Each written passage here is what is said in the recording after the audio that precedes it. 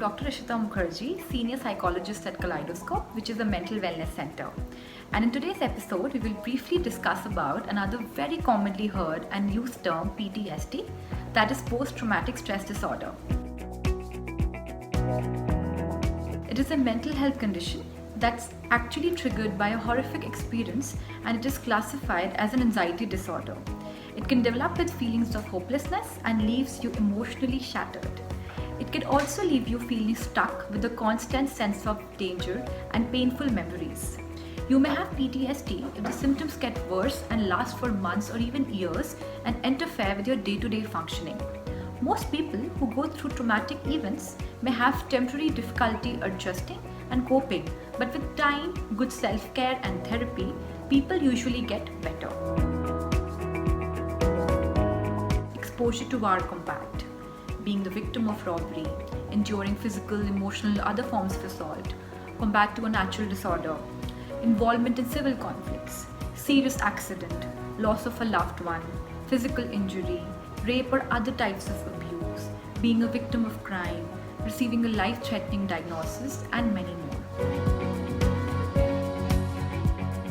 Loss of interest in life and daily activities, intense feeling of distress when reminded of a tragic event, extreme physical reactions when thinking about that particular trauma, such as nausea, sweating, or a pounding heart, invasive memories of a tragedy, flashbacks wherein the feeling is like the trauma is actually happening again, nightmares of either frightening episodes of the event, feeling emotionally numb and disconnected from other people, sense of not leading a normal life with absolutely no positive outlook of your future, avoiding certain activities, feelings, thoughts, or places that remind you of that tragedy.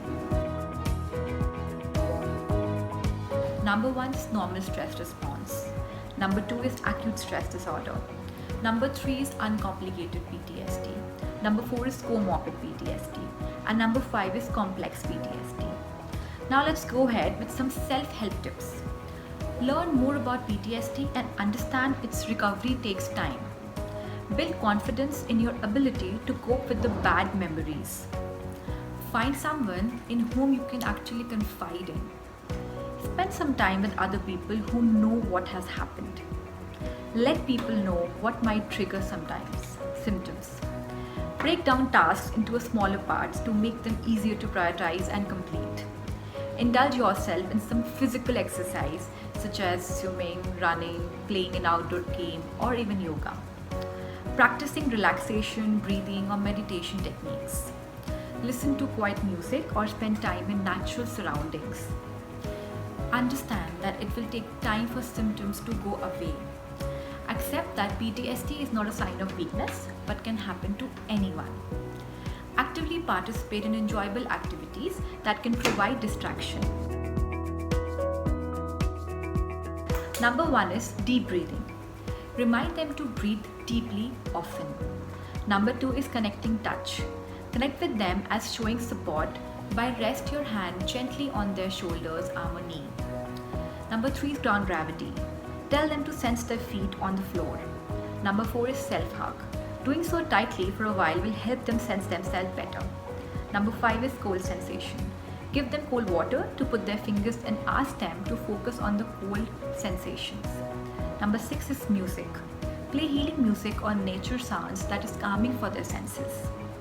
Well, I would like to conclude by saying that it is important for us to sensitize about the emotional and behavioral manifestation of PTSD, and one needs to be more empathetic towards people who are suffering from PTSD and provide them with psychological first aid so that they can actually come back from their tremors and the flashbacks to the reality and live their lives free of anxiety.